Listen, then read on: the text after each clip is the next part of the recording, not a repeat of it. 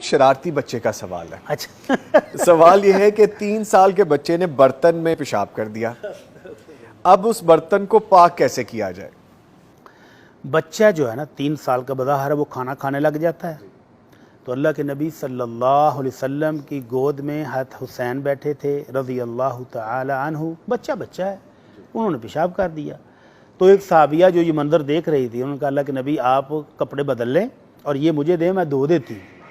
तो उस वक्त हज़रत हुसैन अभी छोटे थे, यानी दूध पीता बच्चा जब तक खाना नहीं खाता, सॉलिड कोई गुज़ार नहीं खाता, उस वक़्त आपने फरमाया युनज़हु अला बौलिल गुलाम, बच्चा जो ग़ज़ा अभी नहीं खाता, अभी सिर्फ दूध पर उसका गुजारा है, उसके पेशाब पर तो सिर्फ छींटे मार देना ही काफ़ी है। अच्छा। और बच्ची के पेशाब को अलबत्ता उतना कपड़ा धोया जाएगा। और अब इसने किया है बर्तन के अंदर, तो वो बर्तन को पानी के साथ धोएंगे तो वो साफ़ हो जाएगा, कोई हर्ज नहीं है। और वह जो हमारा तरीका है कि उस पर कलमा पढ़ के फूंकते हैं, तो उसकी भी ज़रूरत नहीं है, उसको मुसलमान थोड़ा करना है, वो बर्तन है। अल्लाह तो उसको साबन के साथ धो लें, उसको आप जो आप हमारे जदीद धराए हैं उनके साथ धो के साफ़ कर लें पाउडर वगैरह डाल के।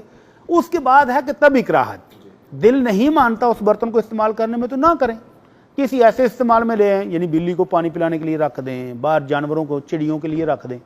अगर आपका इस्तेमाल करने को दिल ना माने तो ना करें, लेकिन वो नजस और पलीद नहीं हो गया, ऐसा पलीद क्या वो पाक हो गए नहीं, बल्कि उसको सिर्फ एक दफ़ा धोने से ही वो पाक हो जाए। अच्छा बट साहब, आपने 2 चीज़ें बयान फरमाई। अगर बच्चा है तो सिर्फ उसको पानी हाँ, की छींटे मारें जब तक वो खाना नहीं खाता, ठोस जब वो ग़िज़ा खाना शुरू कर दे फिर वो पेशाब करेगा तो उसको धोना पड़ेगा। और अगर बच्ची छोटी भी हो तो उसके पेशाब को धोना ही पड़ेगा। उसकी कई हिकमतें हैं।